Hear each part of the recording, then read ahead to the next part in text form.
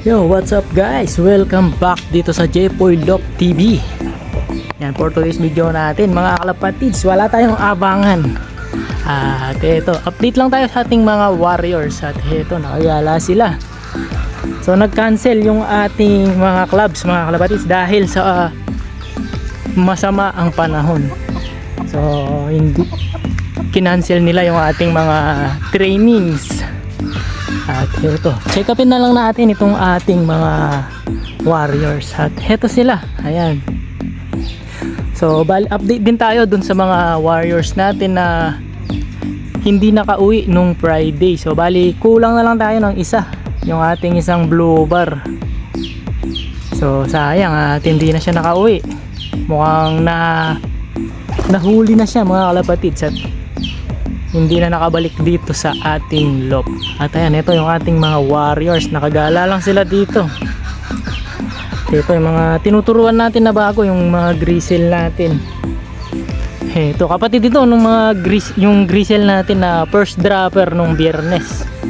Yan, half sibling nila yung grizzle natin. So magkaiba sila ng nanay, isa ang tatay nila. Ayan, at ito yung ating checkered nung Friday, yung second dropper natin. At yung katabi niya, yan, kahapon umuwi. Yung isang blue bar na yan. So bali, magtsuhin sila mga kalapatids. Ito, magtsuhin itong dalawa na to. Yung blue bar, anak ni Palawi. At itong checkered naman, kapatid ni Palawi. Ayan yung mga ibon natin. At check upin na din natin itong ating loop. So kanina nakapaglinis na ako mga kalapatids. Kinuskus ko na yung ating loop. Tinanggal na yung mga dumi-dumi sa ating mga box perch. At ito, malinis na. At ito naman si Sexy Beckert natin. Yan, tinanggalan ko na ng pares. Tinanggal ko na si 104.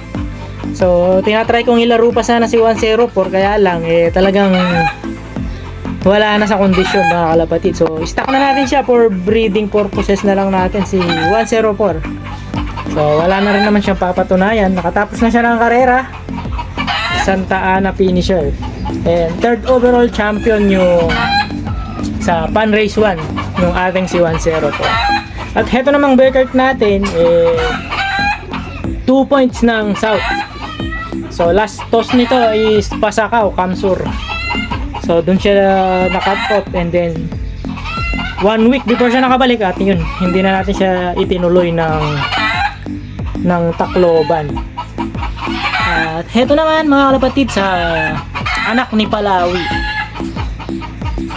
Ito yung anak ni Palawi at ni Big Boy Senior. So banda dito ng mga winter natin. At ayan, meron na siyang fake egg. Yan, pinalitan natin yung itlog niya para hindi magpisa. At hindi rin natin pinalitan natin para hindi mangitlog ulit. Ayan, para maglimlim lang siya hanggat gusto niya. Ayan natin siya dyan. Okay, ito yung ibang mga warriors natin. Ayan. So, hindi pa sila kumakain mga kalapatid. Ayan, nakita nila ako dito. Papasok na yung mga yan. Nakasarado pa yung ating lock dahil nga naglinis ako kanina. So ayan, ito yung warrior natin ng South mga kalapatids. So recover na siya at final lap na ngayon ng ating SFPC South race. Release point natin ay Matnog, Sorsogon. At distance natin sana doon is 456 kilometers sa Matnog. At heto yung ibon natin, hindi na natin siya na-load. So ipapahinga na lang natin siya dito. Ayan yung ating mga warriors nakagala. So papakainin na natin sila para pumasok na din. At bali dalawa pala yung kulang natin, yung warrior natin ng BBC Junior hindi nakauwi. Yung isang black check natin, yung tuturuan sana natin na pampuling. So yun nga, first training hindi siya nakauwi. Unang sakay sa truck. So ayan, tara pakainin na natin. So ito, bubuksan na natin mga kalapatids. Walang tawag-tawag. Tayaan natin sila. Ayan. Abangan natin dito. Ayan. Ayan, walang tawag-tawag mga kalapatids, diretso.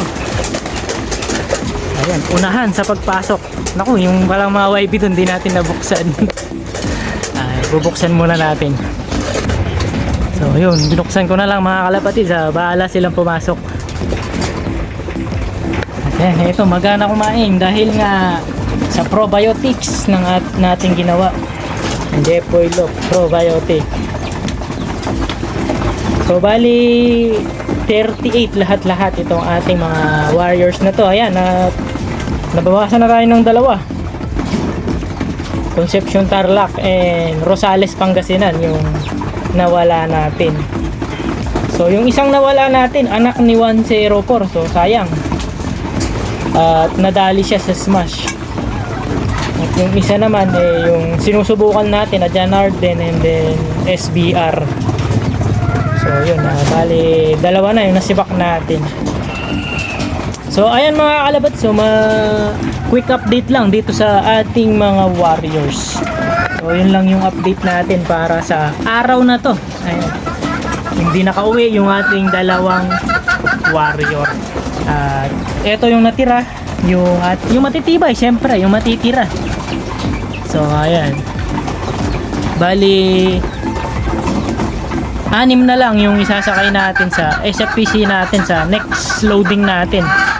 So possible Martes na yung ating resume. So dahil nga masama yung panahon.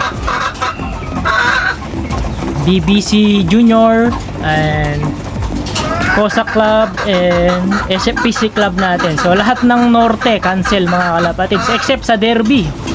So ongoing yung Derby ng MPFL and then ano pa ba yung isang naka-derby?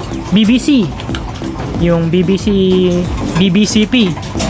Ayan, ongoing yung derby. So, fourth lap na yata ngayon sa BBC, Tugigaraw. And then sa MPFL, I think second lap na. So, hindi tayo naglaro sa MPFL. So, yung BBC natin, yung BBCP Warrior, hindi na nakauwi din. Yung kapatid ni Sexy Beckert, yung ating checkered white flight.